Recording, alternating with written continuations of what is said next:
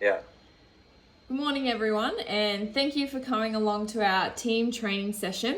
We've got some exciting things in place, and we really want to dial in and refine some skills as we start to incorporate new work systems. Now, before we begin, how's everyone feeling after the week? Really good. This week has flown by. It really has been quite busy lately, keeping us on our toes, that's for sure.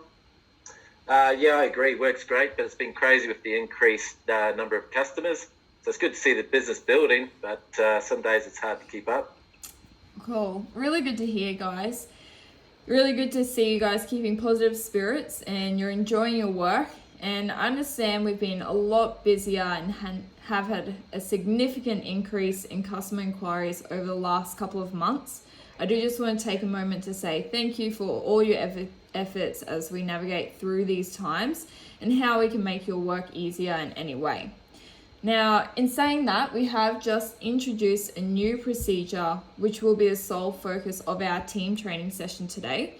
This procedure will be used in relation to our new system 0, which will be implemented in the coming weeks. Does anyone have any questions before we begin the session? No questions from me. All good from me as well. I'm looking forward to becoming familiar with the new system. Great, cool. Well, let's begin. Then if we have no further questions, can you guys please follow along with the presentation as we run through the session? Now, first off, it's important to understand the reason why we actually use procedures and why they are important to use in our day-to-day work activities. A procedure is essentially step-by-step on how to do something. It is a systematic way of ensuring that all our employees complete specific tasks the same way. This ensures consistency across each customer. It also does ensure we are following relevant laws and regulations in relation to that particular task. Does this make sense to everyone? Yep, that all makes sense to me. I just have one question. Sure. Would we be expected to refer back to the procedure every time we do the same task? Good question. Not necessarily. There will be a point where you will have very similar procedures and know the exact steps to take to make sure you have covered all points. However, it is definitely encouraged to refer back to the procedure at least once a month. And if any major changes occur, we will notify all the staff immediately. Now. Okay. Cool. Moving on from here, today we are specifically looking at the procedure for creating customer quotes with our new system, as I mentioned before, 0. This procedure identifies the steps in creating a new quote upon request from a Simco customer. Both of you as sales reps will use this procedure when taking quotes. As I mentioned before, this will ensure consistency with each customer and that all necessary information is taken from each client. Do you guys have any questions as to why we have this procedure? No, all good so far. Yep, agreed. Cool. That's great, guys. If everyone in the team is on the same page and understands the goal of the procedure, it'll help everyone out. I'm going to break down the procedure step by step, so follow along with the presentation, and if you do have any questions, please jump in and ask. Yeah, no worries. Cool. So, step 1, when a Simco customer makes a request for a quote, the sales representative, being either of you, is to create a form within 12 hours of receiving the request. It's extremely important to make sure we keep this process timely to ensure the customer doesn't go elsewhere. Yeah, responding to quotes timely will be a lot easier with the new system. Exactly right. And that's why we want to establish clear goals to suit the new system's capabilities. Now, step 2, the quote is to be made electronically through 0. This is very self-explanatory. You'll be well equipped in 0 before we start using it in actual day-to-day work. Then step 3, once on 0, you'll use the standard Simco customer quote template to fill out the customer's information. This must stay consistent across the board, and using this template will minimize any extra time spent on creating a new template. That makes sense. I think once we spend a bit more time on Xero will have no issues with this. Agreed. Now, moving on to step 4. Once you have picked this template, you must add in all the customer's information. This will include, but is not limited to, name, phone number, and email.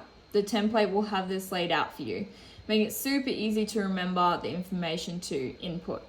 This leads us to step 5. This is where you'll ensure the quote number and the date of issue is stated on the form. This is pre-filled for you, but it's always good to double check before you send the quote off. Is this all making sense so far? Yeah, definitely having pre-filled template will minimise much of this time for us, considering we usually rewrite the same information each time anyway. That's exactly right. So our next step will be in relation to customer inquiry. You'll need to enter a specific product. From here, Xero will automatically fill the unit prices and total amount into a quote. This flows on to step 7, where you'll need to add in the quantity of the product requested. It's always good to double check the cost is correct after you've added in this quantity. Step 8, the terms and conditions are set on the quote. However, if the customer has any special requests, you will add them into the terms and conditions yourself. An example of this is if delivery is affected due to bad weather, this must be stated on the quote so the customer knows if there is a delay. Is everyone all good with these steps so far? Yes, all good so far. Yeah, everything's good with me so far. Perfect. We only have a few more steps remaining in our procedure, so please continue to follow along with the presentation. Steps 9 and 10 go hand in hand. There is a note section on the quote form. If the customer has requested delivery included, this is in the notes section. Same goes if the customer requested pickup. Step 11 identifies if there's any additional information to add. So please don't forget to add this into this section. Over communicating is always better than no communication at all. Last but not least, step 12, if there are no current stock available, add this in the additional information. It happens from time to time and the customer must know. With that concludes each step involved in the procedure of creating a customer quote form. Now, do you guys have any other questions on anything that we have covered today? Not for me. I'm really excited to start working with Xero. It's going to benefit us significantly once we get the hang of the new quote system. Yeah, I've just got one question. Everything seems quite straightforward in creating the quote. However, will we have some hands-on training with the system before we start implementing in day-to-day work? Yeah, for sure. And it's a really good question.